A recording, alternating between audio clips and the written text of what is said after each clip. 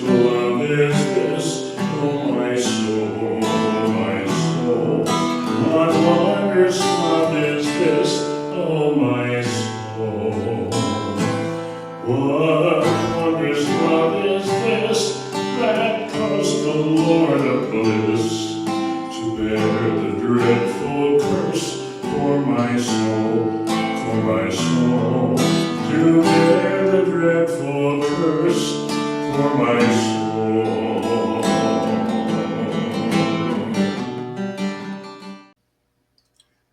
Welcome everyone to the Old Testament Survey Analysis. I am the analyst JD, alongside the host of the Old Testament Survey, Pastor Gavin Whitcomb Sr.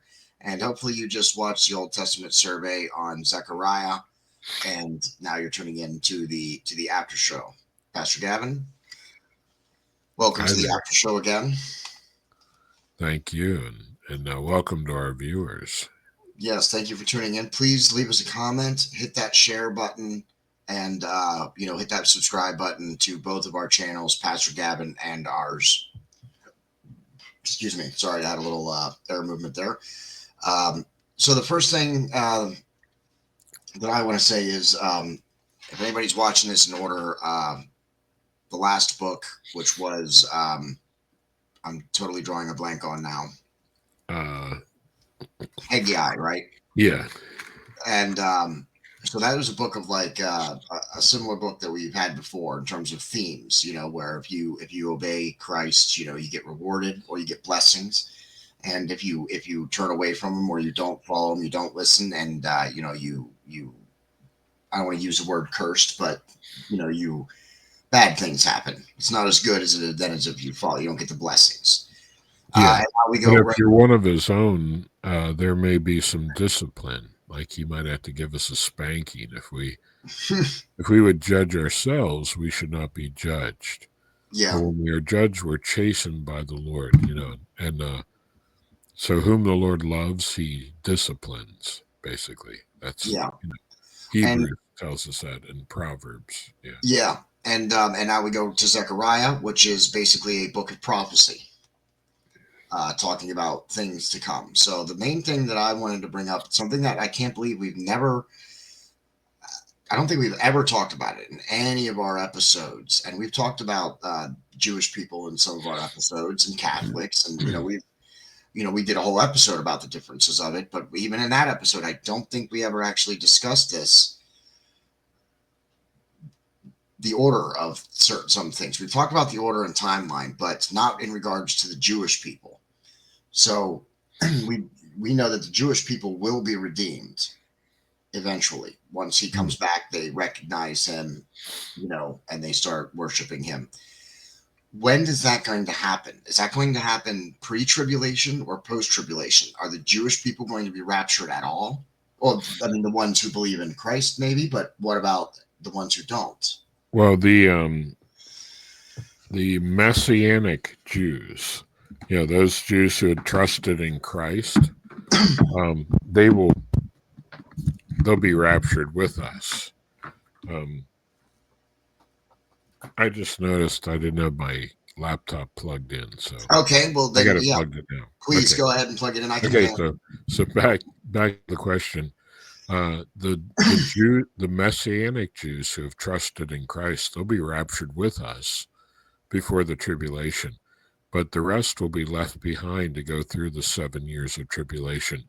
And in fact, that 7 years of tribulation is designed specifically to bring them to their knees, to where they recognize their need of God and they see Christ. So, in fact, in Daniel chapter 9, there's a 70 weeks prophecy that Daniel gives about the Jewish people. And so after 69 weeks, the Messiah was cut off. Then there's an indefinite period of time we're in right now. But the 7 years of tribulation will be the final 70th week of Daniel, and it's designed to prepare the Jewish people to be restored spiritually. So they will go through the tribulation, and it's at the end of the tribulation, when Christ returns, that he's going to open their eyes They're going to see that he is their Messiah. He'll come and rescue them from utter destruction.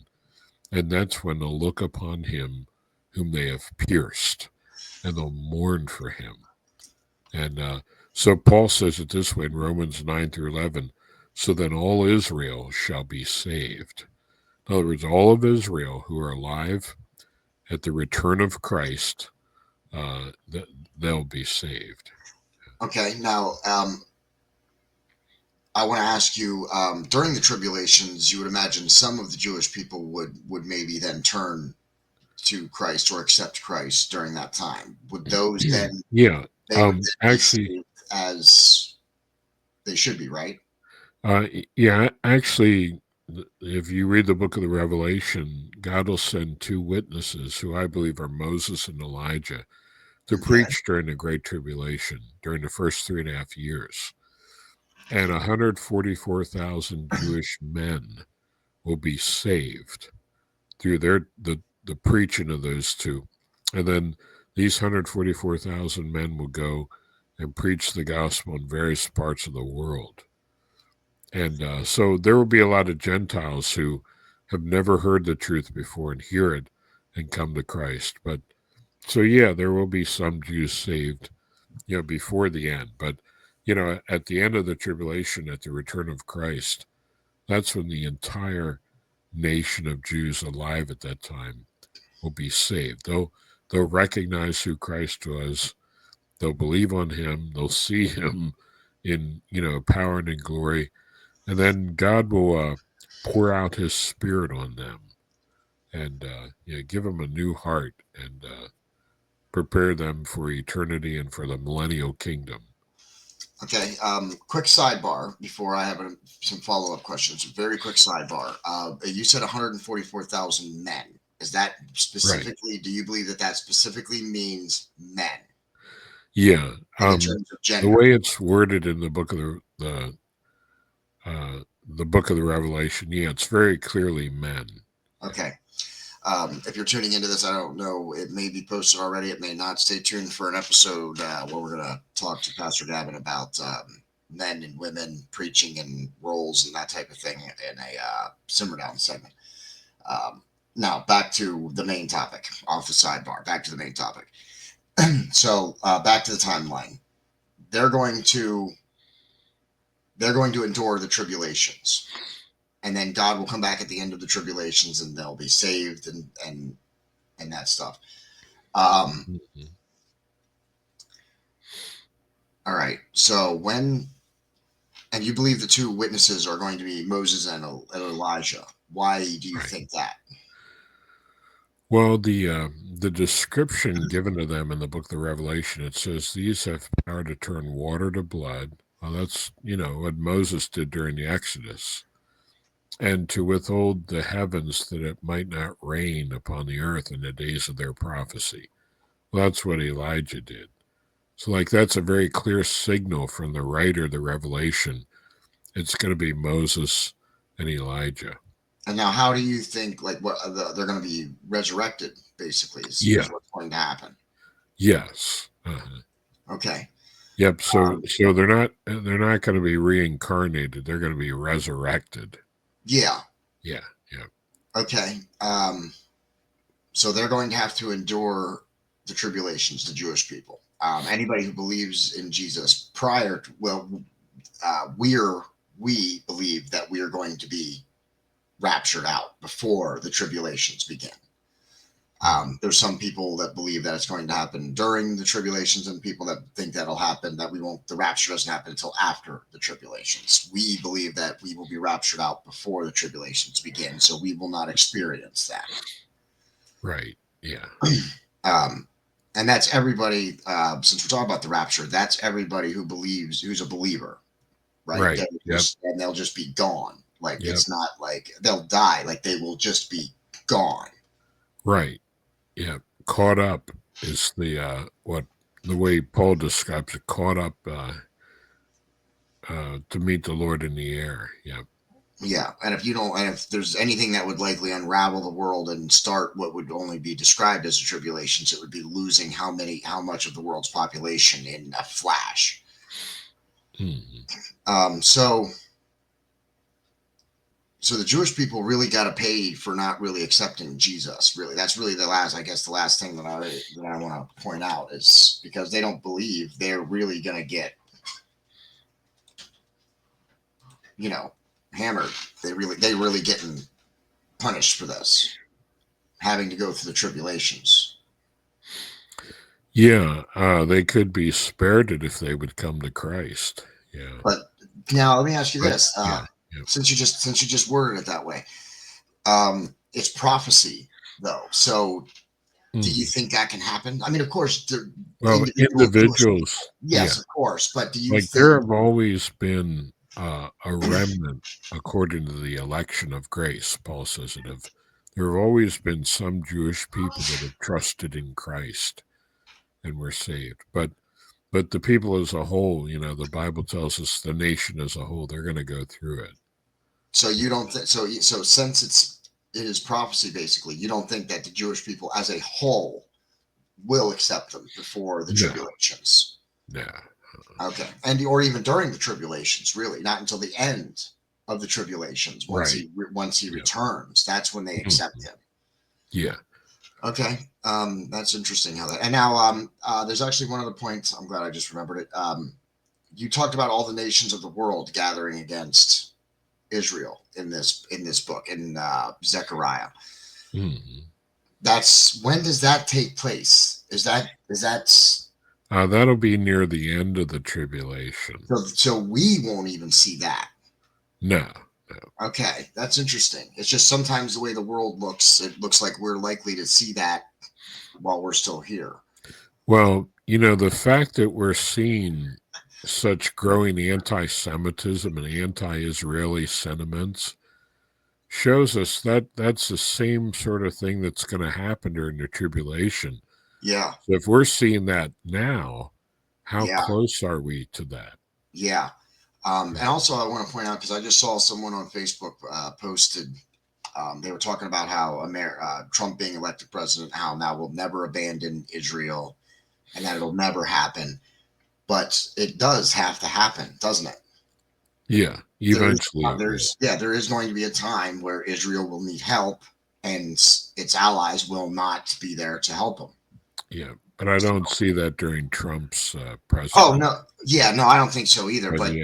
But that's I was making that a point in the comments of this one post that eventually we won't help Israel. There will be a time where we won't, for whatever the reason may be, whether we can't or our leaders won't let us, whatever, we won't, because it's prophecy. It's going to happen. Yeah, that's right. Yeah. Well, I think that's where we're going to end Zechariah, sorry. And Pastor Gavin and I were talking, and we think that that's actually the way it's supposed to be pronounced, Zechariah. Not Zechariah as we think we often hear it pronounced. It's actually Zechariah. It may be that name in the New Testament might be spelled with an A and might be Zechariah. Maybe that's the Greek form of it.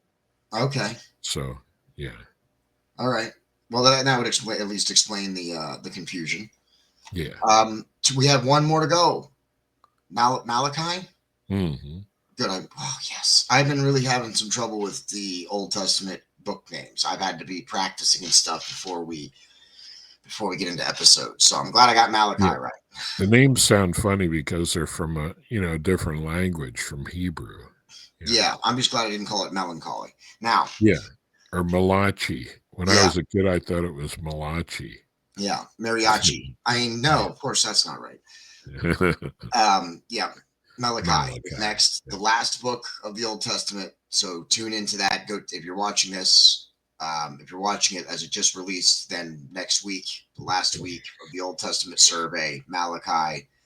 Make sure you tune into it. Leave us a comment, share it out, and hit that subscribe button. YouTube, Rumble, and Facebook. Follow Pastor Gavin on YouTube and hit that subscribe button on all of our channels. Help us continue to grow and hit those milestones that we need to. And our websites. Mayhemmediaproductions.com/The Boiling Point Podcast. We have to have our half of the website under the Mayhem Media website. If you would like us to have our own website, if you would like to see the boilingpointpodcast.com, you can visit our storefront to pick up some apparel. That would help. Or if you know someone that is looking to sponsor, Boiling Point Podcast is looking to take some sponsors on to help with some of the costs so that we can, again, continue to grow and expand our show and our presence and what we're doing. So there's lots of ways to help us. The easiest and simplest, hit the like button, leave a comment, hit the share button. Until next time, Malachi is next, the last episode. I am JD, the analyst, for Pastor Gavin, the host. That's the end.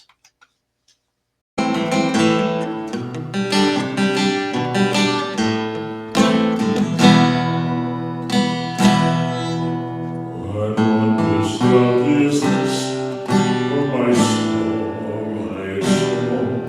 What wondrous love is this, oh my soul? What wondrous love is this? Here goes the Lord of bliss, to bear the dreadful curse for my soul, to bear the dreadful curse for my soul.